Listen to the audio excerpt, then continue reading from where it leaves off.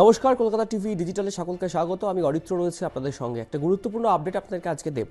পশ্চিমবঙ্গে যখন এসআইআর চলছে তখন বড় ঘোষণা নির্বাচন কমিশনের, যার ফলে উপকৃত হবেন ভোটার এবং যারা বুথ লেভেল অফিসার বা বিএলএ রয়েছেন তারা, অর্থাৎ দুপক্ষই উপকৃত হবেন। কি সেই ঘোষণা, কি সেই পদক্ষেপ জানাবো এই ভিডিওতে। যেটা জানা যাচ্ছে, পশ্চিমবঙ্গে যখন ভোটার তালিকা সংশোধন ও যাচাইয়ের কাজ চলছে তখন একটি অত্যন্ত গুরুত্বপূর্ণ আপডেট। এসআইআর বা ভোটার তথ্য যাচাই পর্বের মাঝেই নির্বাচন কমিশন বিএলও অ্যাপে বড়সড় প্রযুক্তিগত পরিবর্তন এনেছে। এই পরিবর্তনের ফলে যেমন সাধারণ ভোটারদের হয়রানি কমবে, ঠিক একইভাবে কাজ সহজ হবে বুথ লেভেল অফিসারদের। গত 16ই ডিসেম্বর খসড়া ভোটার তালিকা প্রকাশের পর থেকে রাজ্য জুড়ে এসআইআর বা ভোটার তথ্য যাচাইয়ের কাজ চলছে। এই প্রক্রিয়ার মধ্যে কমিশনের তরফে বিএলও অ্যাপে নতুন ফিচার যুক্ত করা হয়েছে। নির্বাচন কমিশন সূত্রে যেটা খবর, যে ভোটারদের তথ্য সংক্রান্ত বিভ্রান্তি দূর করা এবং অপ্রয়োজনীয় শুনানি এড়াতে এই পদক্ষেপ। বিএলও অ্যাপে কি সেই নতুন ফিচার? যেটা জানা যাচ্ছে, বিএলও অ্যাপে যে নতুন অপশন যুক্ত হয়েছে তার নাম রিভেরিফাই লজিক্যালি ডিসক্রিপেন্সি।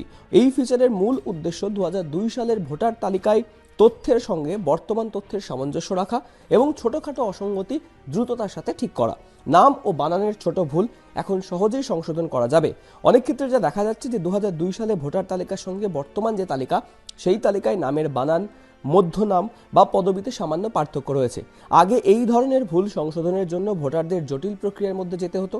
নতুন যে আপডেট এসছে অ্যাপে, সেই আপডেটের ফলে বিএলওরা অ্যাপের মাধ্যমে এই সমস্ত ছোটখাটো ভুল সংশোধন করতে পারবেন। আন্ডারটেকিং দিলেই ছাড়ও মিলতে পারে। সংশোধনের সময় বিএলওদের অ্যাপের মধ্যে একটি আন্ডারটেকিং বা মুচলেখা দিতে হবে। এর ফলে যাদের ক্ষেত্রে শুধুমাত্র বানান বা নামের সামান্য ভুল রয়েছে তাদের আর সশরীরে শুনানিতে হাজিরা নাও দিতে হতে পারে। এতে সাধারণ মানুষের সময় এবং ভোগান্তি দুটোই কমবে। নথিপত্র আপলোডের সুবিধা থাকছে। যাদের নাম এখনো আনম্যাপড বা 2002 সালের তালিকার সঙ্গে লিঙ্ক করা নেই তাদের ক্ষেত্রেও এই আপডেট কাজে আসবে।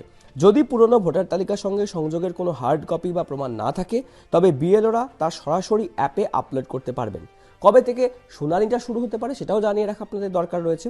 কমিশন সূত্রে জানা গিয়েছে, এই সফটওয়্যার আপডেটের কাজ এখনও চলছে যাতে পুরো প্রক্রিয়া নির্বিঘ্নে সম্পন্ন করা যায়।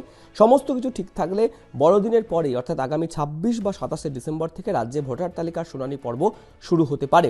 ইতিমধ্যেই ভোটারদের নিয়মিত যে নথি, সেই নথি বা নোটিশ যেটা বলা হচ্ছে, সেই নোটিশও কিন্তু পাঠাতে শুরু করেছে কমিশন। বিএলও ঐক্যমঞ্চের তরফ থেকে যেটা জানা যাচ্ছে, যে তাদের যেটা বক্তব্য, যে শুধু আগে অ্যাপে শুধু লজিক্যাল ডিসক্রিপেন্সি অপশন ছিল, এখন সেটিকে আপগ্রেড করে রিভেরিফাই মোডে আনা হয়েছে। এবং এই বিএলও ঐক্যমঞ্চের আরও দাবি, যে রাজ্যের প্রায় 30 লক্ষ মানুষের নাম 2002 সালের তথ্যের সঙ্গে মিলছে না। এত বিপুল সংখ্যক মানুষের তথ্য কেন লিঙ্ক বা ম্যাপ করা হয়েছে তার ব্যাখ্যা দিয়ে এবং প্রয়োজনীয় প্রমাণ আপলোড করে এখন এই অ্যাপ থেকেই সহজেই সমস্যা মিটিয়ে নেওয়া যাবে। অর্থাৎ ভোটাররাও যেমন একদিকে উপকৃত হবেন, ঠিক তেমনভাবে বিএলওরাও তাদের কাজ সহজেই করে নিতে পারবেন।